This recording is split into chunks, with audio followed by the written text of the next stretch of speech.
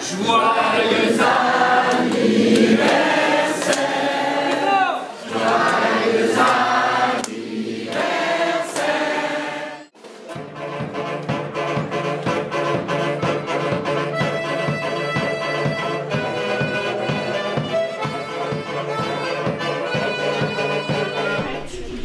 Ça fait le mariage, je dis. Et comme vous êtes élu, vous pouvez faire des mariages. Donc, Et là, je fais pas. vous pouvez nous marier là? Ah non, non, je fais pas là. Parce que c'est deux témoins par... tu choisis qui? Tu choisis Agnès? J'ai choisi Agnès qui m'a tant aidé, tant conseillé. Et moi je choisis Michael et Annie. Voilà. Ça c'est votre base. Voilà. Qu'est-ce qu'on fait? Bon, alors, on va démarrer la cérémonie. Oui. Très bien. Une motivation suffisante pour vouloir vivre et veiller ensemble. Oui. N'est-ce pas? Oui. Oui. Oui.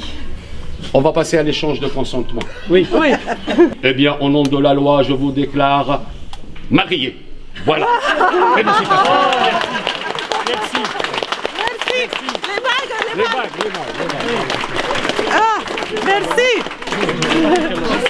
Et on s'embrasse pas? Le bisou.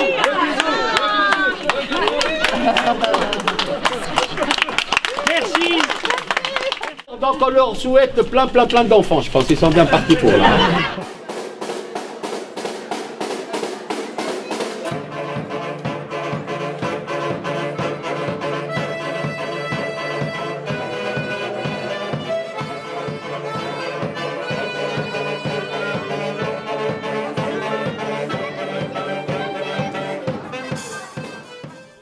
Alors, je suis à la médiathèque de Jaufourne pour fêter les 40 ans et je représente le jardin pour faire un autofinancement pour les outils et embellir plus le jardin. Nous venons fêter tout juste nos 20 ans le 29 septembre dernier. Ça s'appelle comment? Capernaum.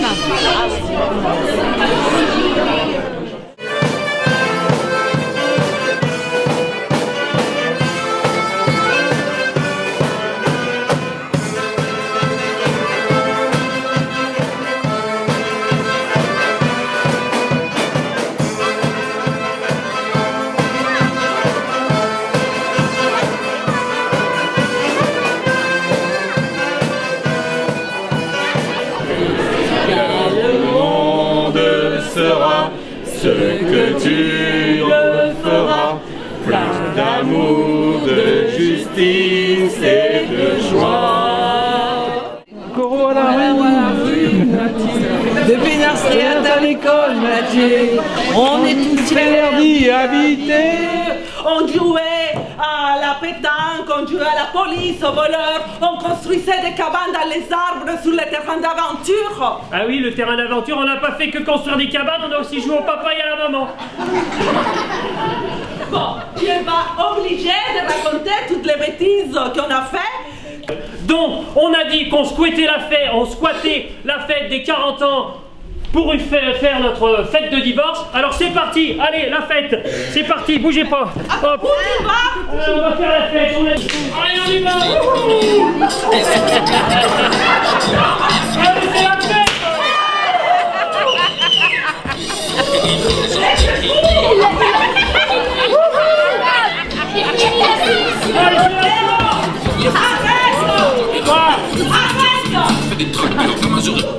Tu te calmes. Quoi? Calme-toi. Qu'est-ce qu'il y a? Explique-moi pourquoi tu veux partir après tout ce qu'on a vécu ici ensemble. On a mené nos petits frères ici à Bibliota. On faisait les cachotteries derrière les rayons. On faisait des cours de calligraphie, les spots de bannières, les groupes de danse. C'est bien ce que je te dis, on a toujours tout fait ensemble, j'en peux plus. Eh oui, la bibliothèque a pris le feu, elle a été incendiée, et à ce moment-là, ça t'a donné des idées. Tu as mis le feu dans la relation. Tout ce qu'on avait construit pendant des années et des années, c'est parti en fumée. J'avais besoin de mettre le quartier derrière moi, voilà. J'avais besoin de changer d'air. J'en pouvais plus, moi, de cette ambiance. Il y avait une ambiance pesante, lourde. Puis les assistantes sociales, les huissiers de justice qui frappent aux portes, les flics là, qui vous contrôlent, qui vous coursent, les pompiers, les tirs de flashball. Eh oui, et moi je suis restée dans les quartiers, dans un petit appart. Il faisait chaud, c'était des conditions vraiment difficiles. Heureusement que j'ai gardé contact avec Agnès, Cathy, Brigitte, Marcel, Philippe. Eux, ils n'ont pas déserté les lieux. Eux, ils étaient en pleine galère aussi. Et tu sais quoi? Ils sauvaient des livres. Ils prenaient les livres, ils enlevaient la suite. Ils prenaient les livres, ils partaient en balade. C'est là où cette aventure de carnet de voyage a commencé avec Agnès. Ça, c'était génial. Et moi, je n'avais pas un sou, parce que tu vas laisser. Et elles m'ont donné du courage pour continuer. Je suis revenu. Je suis venu voir mes parents. À cette époque, j'ai repris mes études. La bibliothèque, à la réouverture, elle était informatisée. Bah, excuse-moi, mais elle était informatisée avant. Ce que je veux dire, c'est que Agnès et Cathy avaient complètement repensé les fonds avec un nouveau classement par thème. Parce que les femmes ici ont été mes conseillères, mes confidentes dans les moments de trop de pression. Moi, je dis que j'ai adoré la période du couple fourneau dans les quartiers. J'ai adoré ça. Les couples fourneaux, parce que vous savez comment s'appelle cette médiathèque? Joe Fourne. Voilà, Joe Fourne Europe. Et ça a du sens de l'avoir appelé comme ça. Vraiment, Joe Fourne et Maribonne étaient les papas et la maman du quartier. Quand on montait chez eux, c'était la joyeuse tour de Babel. Des vrais militants associatifs. Joe a créé le CAP CSF, Centre d'animation de Pontanesène, Confédération syndicale des familles. Et en plus de son boulot et d'être délégué syndical et responsable d'équipe à la JOC, Jeunesse ouvrière chrétienne, dont leur devise était pour les jeunes, avec eux, entre eux et pour eux. Il se battait, il s'engageait pour que les jeunes aient un avenir, pour qu'ils se tiennent debout, pour qu'ils soient responsables de soi et des autres. C'est vrai, c'est vrai. Moi, c'est-à-dire que, qu'est-ce qui se passait? En fait, les jeunes, on se retrouvait, tout ça, et alors les grands s'occupaient des plus petits. Et alors, qu'est-ce qui se passait? Par exemple, entre 14 et 16 ans, 17 ans, vous étiez aide mono, vous aidiez les monos. Et alors, mélangés, on se rencontrait, on échangeait, et alors, on partait avec des caddies, remplis de trucs de bazar, on faisait le tour des tours, et alors, avec chaque enfant, pouvait choisir son animateur et ce qu'il voulait faire. Et si ça n'existait pas, on l'inventait. Alors, on a fait... Et les manifs. Ah oui, quand on faisait les manifs. Oui, pour nous c'était un jeu. On allait avec nos parents à faire des manifs.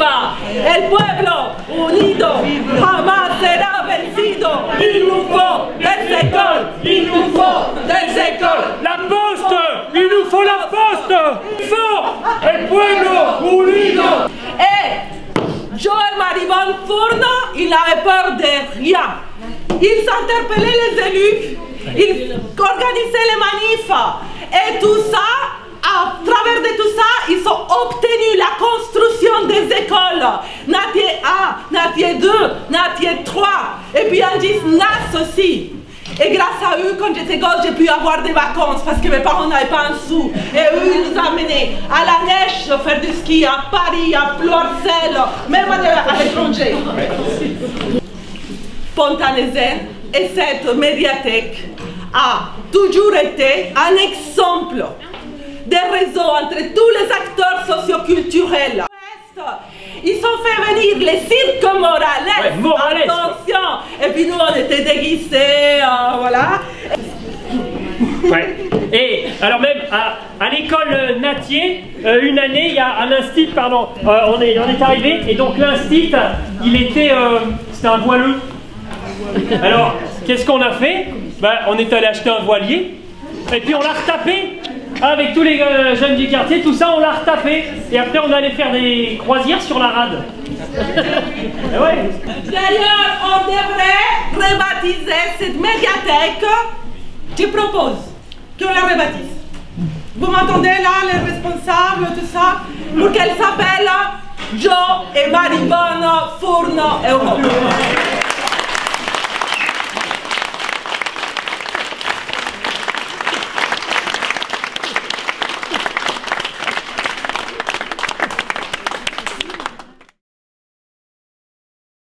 Si la médiathèque était un animal, elle serait un caméléon.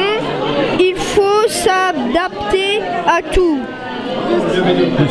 Les situations. Morgan, je sais pas quoi. Bibliothécaire. Merci. Quand je venais ici, quand j'étais ado, elle est devenue conteuse d'ailleurs. Tu te rappelles d'elle? Ouais, ah ben ça, Fatia, je m'en rappelle. Ah oui, elle est venue il y a quelques années compter. Ça. Oui, j'ai toujours soupçonné un petit truc entre vous deux là. Et je sais pas si vous voyez les photos là au-dessus. Ces photos en noir et blanc. En fait, c'est des photos particulières, ça s'appelle des sténopées. En fait, on les fait avec des petites boîtes. Vous imaginez, il y a des petites boîtes en fer, genre boîte à sucre ou... Et ben vous faites un tout petit trou de la taille d'une aiguille, vous mettez à l'intérieur un papier photo qui est sensible à la lumière, vous mettez la boîte devant vous, vous posez, il faut poser, hein. Et ça donne ces belles photos, c'est sténopé, donc avec cette déformation. Là, il y a 4 ou 5 ans, justement, il y avait le festival tout urbain et insolite, avec tous ces panneaux de graphes, et il y avait plein d'expos partout, même sur les arbres. Et dans les lampadaires, partout. Ouais, sur les lampadaires. On avait fait faire du tricot aux vieux du quartier, ceux qui habitaient en maison de retraite et tout. On avait fait des patchwork et on accrochait ça, on enroulait ça autour des lampadaires. Ah, comme on est à l'espace Biblutin, je vais vous raconter une histoire. Je veux dire un conte. Alors, ça fait un peu asiatique, non? Ouais, c'est super, c'est bien. Tiens, oh bah toi t'as une tête d'asiatique je trouve. Tu peux nous rejoindre? Une histoire de Shin The Chunk, princesse Prout.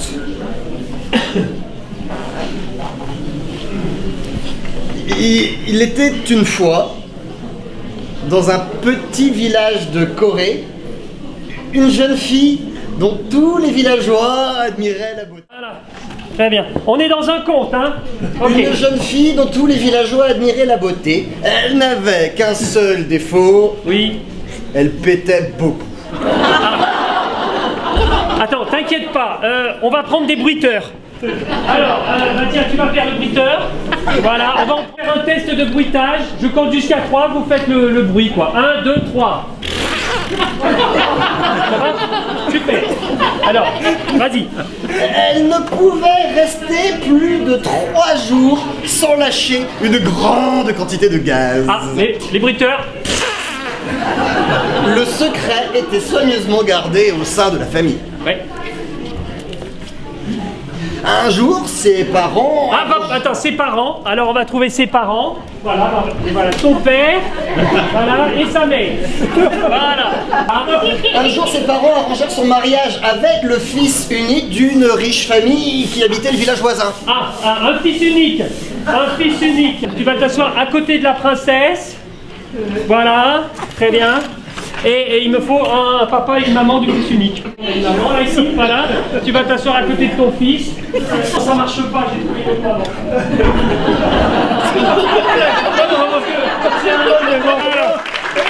Voilà, tu te mets à côté de ton fils et un papa. Elle partit donc vivre chez ses beaux-parents. Ah, donc ben, les parents de la princesse, vous pouvez y aller. Ça y est. Voilà. Hélas, cela signifiait qu'elle ne pouvait plus péter à sa guise. Ah. À force de se retenir, elle perdit peu à peu la fraîcheur de son teint. Son visage prit la couleur de la pâte de soja fermentée. Oh. Elle devint jaunâtre. Oh, vas-y, fais la tête jaunâtre, s'il te plaît. Bon, arrête là, arrêtez là. Après tout ce que tu m'as dit, que tu m'aimais, que c'était pour toute la vie et tout ça, dégage, casse-toi.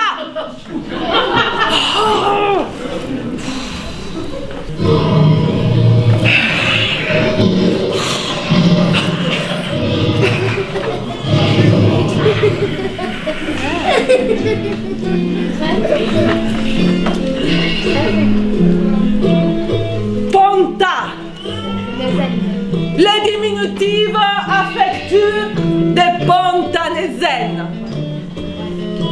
Cette médiathèque est une histoire de femmes, de lionnes. Les lionnes, elles peuvent atteindre des vitesses maximales et faire des sauts remarquables. Ces fauves chassent en groupe. Elles s'en approchent ensemble et frappent avec succès leur proie. Des femmes et têtes de lionnes sont vénérées dans tous les quartiers, dans toute la ville, parce qu'elles sont les symboles du courage, de l'ardiesse, de la générosité. Elles prennent à cœur et de façon collective l'éducation des lionceaux. Mes frères, ils étaient des loustiques. Après, c'est la spirale. Une danse qui leur échappe. Je pleure encore mon ami, mort, tombé en moto. C'était un absurde. On ne pouvait pas les croire. On a couru jusqu'ici pour savoir exactement ce qui lui est arrivé. Il vivra toujours dans les cœurs des lions. Ici, parmi les rayons, vide l'esprit, l'étagère. Il y a aussi des lions dans cette médiathèque. C'est-à-dire, il y a des hommes qui travaillent aussi. Tout à fait, c'est vrai. Tous mes hommages aux lions qui ont travaillé dans cette médiathèque et qui travaillent dans cette médiathèque. Je pense à Esteban, à Big Up, à Esteban, à Michael, à Marcel, à Gérard, et tous, à Jean-Paul Guioc, tous ceux qui ont soutenu pendant ces 40 ans les lions. Les tout débuts de cette médiathèque en 1978. Elle a été construite à partir de 1976. Alors moi, je me suis rappelé d'un truc parce qu'il faisait très chaud en 1976, si tout le monde s'en rappelle. Et enfin, le toit était en goudron. Et je me souviens d'être passé à côté, de voir l'ouvrier en train de poser le goudron sur le toit. Je me dis, c'est pas possible, il va rester collé. Alors en 1918, moi j'étais étudiant à Brest, je faisais des études d'espagnol, donc je n'avais pas du tout une notion de la création de la bibliothèque de Pontanezen. Alors en 78, moi j'avais 10 ans, je n'habitais pas à Brest ni même pas en Bretagne puisque je suis arrivé en Bretagne il y a 25 ans. Et à 10 ans en fait, j'étais en train de grandir dans un quartier comme Pontanezen mais qui se trouvait à Reims dans la Marne. En 78, ça évoque, j'étais à Rennes, et puis ça évoque l'année où j'ai eu mon diplôme d'animation, mon DEFA, avec Culture et Liberté. Et puis je militais avec Rennes Verte, il n'y avait pas encore les Verts, mais enfin avec le mouvement écologique de Rennes. Nous sommes en 2008, c'est ouvert en 1978, je suis né en 1978, je fête un peu mon anniversaire aujourd'hui comme il se doit, comme le bâtiment et comme tous les jours, c'est un peu la fête à la médiathèque de Pontanezen.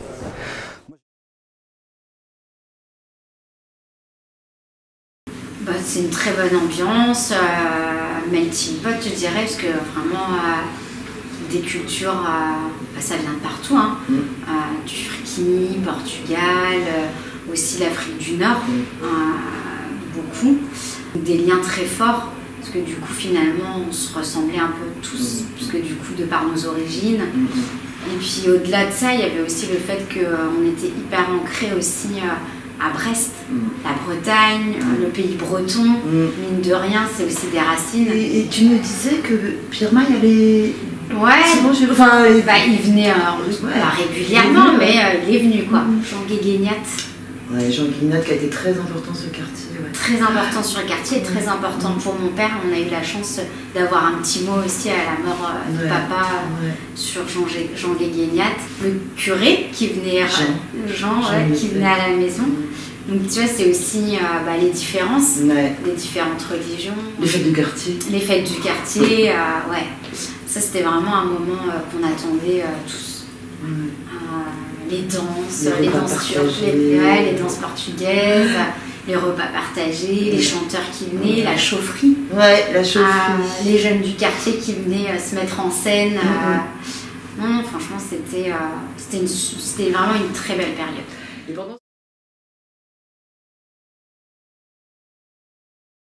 Un type vraiment un peu éméché qui rentre et qui dit « Ah ouais, c'est ici le bistrot !» Donc vraiment l'architecture, elle a interpellé tout le monde et d'autres personnes demandaient si c'était une église. Ça, c'est arrivé plusieurs fois aussi.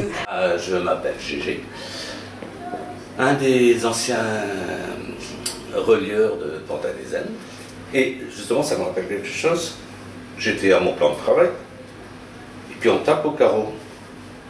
Je lève la tête. Puis un gars, un ado, il me dit « Monsieur, il est vrai le billet là, il est vrai le billet là !» Il est vrai le billet. Je me retourne. Effectivement, j'avais un billet au mur. Vous avez dû connaître ça, les papiers de toilette imprimés. Et celui-ci, c'était imprimé un billet de 10 ou 100 $. J'avais trouvé rigolo. Je l'ai plastifié et je l'ai mis au mur. Et donc, je lui réponds, oui, il est vrai, oui. Est-ce que j'ai eu tort? C'est possible parce que le soir même, mon bureau était fracturé. Je dirais que c'est que des bons souvenirs. Parce qu'il y avait une personne et une équipe qui... j'ai senti une écoute. J'ai senti aussi quelqu'un qui voulait faire, qui était engagé, et qui était libre, quoi, qui était prêt à ouvrir sa médiathèque pour qu'il se passe des choses. Donc on a fait des choses aussi ici avec les gens ou aussi en professionnel parce qu'on a fait plus tard un spectacle professionnel qui s'appelle 4000 bouches. Voilà. Donc il y a eu 2 spectacles, un spectacle que avec des amateurs, histoire plurielle, et un spectacle amateur et professionnel, s'appelait 4000 bouches, qui a été joué à l'Escale et qui a été joué aussi à Rennes. Et ouais, c'est pas franchement une anecdote, c'est la médiathèque. Oui, en fait, on avait fait une exposition à base de... Parce qu'ici, on entretenait aussi un atelier de réparation de vélos pour les jeunes qui avaient des vélos qui n'avaient pas forcément les moyens de les réparer. Ça, c'est toujours d'ailleurs. Voilà, c'était le centre ouais, d'accord. Et donc, c'était le mercredi après-midi qu'on faisait ça et parfois le week-end. Et en fait, on avait mis en place un atelier de transformation de pièces de vélo qui nous restaient pour faire des œuvres, des objets d'art ou des œuvres d'art. Et donc les gamins avaient fabriqué chacun des trucs à partir de chaînes de vélo, et c'était assez drôle. Et donc on avait monté l'expo et fait une expo ici dans la médiathèque.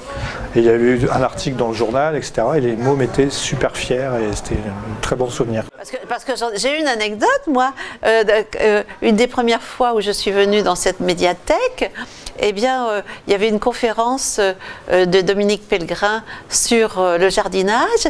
Et moi, à cette conférence, j'ai rencontré une personne avec qui j'ai fait un jardin partagé. Ah bah, c'est les fêtes comme on faisait ici, là, au niveau du quartier, la fête du quartier, cinéma en plein air, tout ça, tous ces trucs-là, quoi. Il y avait des concerts, des chanteurs qui venaient là, tout, c'est... Bons souvenirs, ici j'en ai plein des bons souvenirs. À chaque fois qu'on fait une animation, c'est sympa. À chaque fois qu'on fait un concert, c'est sympa. À chaque fois qu'on fait du graffiti, c'est sympa. Cette semaine encore, on avait une venue d'auteur. On avait Sarah Gilsler qui est l'aventurière fauchée. Elle vient déjà à la suite d'un événement qu'on avait organisé l'année dernière qui s'appelait Voyager autrement. Si tu te souviens, les semaines culturelles, là. Ouais. Ouais. Ouais, on faisait une semaine par population, en gros, hein, et puis il y avait des danses, il y avait spectacles, repas évidemment. Moi je me souvenais des histoires des cartes perforées, parce que donc moi j'ai travaillé ici, à ce moment-là c'était le photocharging, on appelait ça, donc voilà, c'était ça notre outil, c'était pas l'informatique, hein, c'était notre outil de prêt, donc voilà, chaque livre, bon, chaque prêt correspondait à une carte. Et donc, ces cartes, après, elles étaient classées dans des grandes boîtes en bois avec des casiers. Donc, chaque personne de l'équipe avait sa série à classer. Hein, voilà. Donc, on les rangeait. Quand la boîte était quasiment pleine, bon, il fallait vérifier ce qui manquait, en fait. Et on avait une espèce d'aiguille à tricoter pour vérifier. Et le souvenir que j'ai, moi, à te dire après, c'est que on était en train de changer le système de classification. Et j'avais besoin de petites mains pour changer les étiquettes. Ouais. T'as peut-être oublié, mais du coup, grâce à vous, j'ai pu faire ce travail de conversion de la Dewey en centre d'intérêt. C'était assez fastidieux et c'était très bien de vous avoir. Travail d'équipe. Ouais, c'est ça. Classe, des tout petits. J'étais pas forcément à l'aise au début pour raconter les histoires et puis je sais pas, il y avait un petit qui m'écoutait, qui était à fond dans l'histoire et à la fin de l'histoire il s'est levé vers moi, il est venu m'embrasser alors qu'il avait un nez effectivement tout morveux et toute la classe s'est levée pour me faire un bisou. Voilà. Les murs étaient super beaux, je les trouvais qu'ils avaient un aspect intéressant, ils avaient des petites tomates en forme de navettes, comme des navettes. Moi, ça me faisait penser aux navettes des métiers à tisser. Parce que comme en tant qu'artiste, j'aime bien travailler autour du thème du tissu. Et ça faisait penser aussi au tram, à la navette du tram qui allait passer. C'était un clin d'œil à tout ça. Et puis, donc ce module-là de tomates, là, de carrelage, il m'a inspiré pour créer des motifs que j'ai reproduits, enfin que j'ai peint en fait en peinture sur toutes les façades de la médiathèque. Il y en a 7, je crois. Ah, elle est particulière parce que on voit bien qu'elle est très insérée dans le quartier, qu'elle reçoit une population très variée de jeunes gars, exactement ce qu'on souhaiterait qu'il y ait dans toutes les médiathèques, quoi. Voilà, c'est pour ça assez réussi. C'est une médiathèque de brassage social. Des petits, des grands, des vieux, des machins, des machins, pardon. Non mais c'était étonnant comment c'était mélangé. Ouais. Ça allait peut-être de 6 à 75 ans, parce qu'il y avait des personnes. Donc on avait mis en scène leurs textes, leurs écrits. Une médiathèque populaire, voilà, c'est vraiment ce qu'on souhaiterait dans toutes les médiathèques. Un partenariat efficace et on a toujours bien fonctionné avec l'équipe de la médiathèque, qui a pu changer par moment, mais qui est toujours resté dans une dynamique de partage et de partenariat. Des choses toujours très positives et très intéressantes, très drôles, pleines de tendresse aussi. C'est vraiment le personnel qui fait aussi la médiathèque. Ouais, le quartier, enfin tout ça, toute une ambiance, tous les partenaires. De toute façon, ouais, pour moi c'est vraiment tout un tout. Un tout, effectivement, l'équipe, le quartier, les partenaires, la façon dont ça bosse. Cette personne, quoi, cette personnalité qui donnait les moyens humains et qui aimait ce quartier, qui croyait que le théâtre, la poésie, ça avait sa place, même si ça n'allait pas régler tous les problèmes. Évidemment, ça ne règle pas tous les problèmes, le théâtre. Ce que croient les politiques, souvent, qu'on met les artistes dans le quartier, puis on va régler les problèmes. Ça, c'est pas vrai. J'ai bossé de 2003 à 2008 sur l'ensemble du réseau des bibliothèques de Brest. Je bossais partout, à Saint-Marc, à Saint-Pierre, à Recouvrance et tout, mais c'était ici que je me plaisais le plus. C'est vrai que travailler dans une bonne ambiance avec des gens avec qui on s'entend bien, où le feeling passe bien, et où les valeurs de travail sont un peu les mêmes, c'est vrai que ça compte énormément, et je pense que c'est même capital. Super sympa. Ouais. C'est pas dans toutes les médiathèques qu'il y a ça, cette ambiance-là, cette chaleur-là, non. C'est un peu la médiathèque de cœur ici, hein, quand même, un peu beaucoup. Dire un peu où tu travailles. Hein.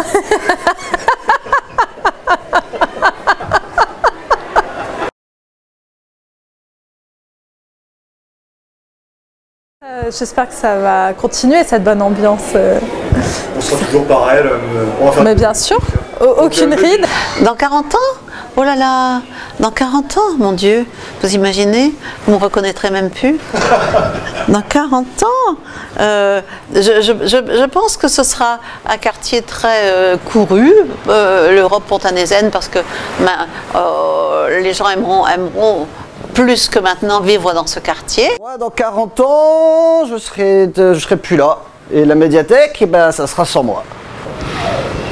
Ah bah, je pense qu'elle n'aura pas bougé, qu'elle restera un lieu de partage et de plaisir et de communication, et aussi culturel, parce que c'est aussi important, hein, la culture, ça fait aussi avancer, et du coup ça reste une idée de partage et c'est très important. Comme aujourd'hui, comme le 13 octobre 2018, ça veut dire que je me balade là et que je vois qu'il y a quand même des gens qui viennent qu'on ne voit pas quand même dans les médiathèques à Nantes, pas qu'à Nantes, hein, je pense que les gens ils viennent, ils prennent des livres, ils lisent le journal, voilà, un endroit où les gens n'ont pas peur de rentrer. Ben, j'espère que je ne sais pas trop, mais j'espère que l'équipe en place dans 40 ans sera toujours aussi dynamique que cette équipe-là, parce que vraiment toute l'équipe se met en cadre pour les usagers. C'est notre QG. Ouais, c'est ça. C'est ça. De deuxième maison. Donc, mais pas toujours pour lire. Non, c'est ça, ouais, mais ça c'est resté pareil. Mais c'était bien, c'était un endroit où vous vous retrouviez pour ouais, on se retrouvait. En même temps, ne pas être à la maison et ne pas être dans la rue. C'est ça, exactement. Un peu entre c'est pour rassurer un peu nos parents que de mieux que la bibliothèque. Et ton père était très rassuré de vous, ça va. Ouais, autour de livres, le savoir. Du coup, ce qui était bien, c'est que tu nous faisais participer aussi aux tâches quotidiennes que tu pouvais avoir à la bibliothèque. Nous, ça nous changeait un peu de notre routine. Et puis quand c'est devenu un peu sérieux l'école, au collège, tout ça, je vous aidais un peu pour les venir faire nos recherches, nous exposer, on vous sollicitait, toi, Cathy. Oui. Surtout pour le français, je me souviens. Ouais, Marie-France. Ouais. Pas bien, qui a 6 ans. Les étagères avec des livres. Il y a aussi le coup de cœur, des petits cœurs en haut. Et puis cette espèce de bonhomme qui pourrait être un martien dans 40 ans. Non, c'était ça, c'était bien mais ça. Il nous a plu à tous les quatre. Ouais. Mais vous êtes tous des artistes.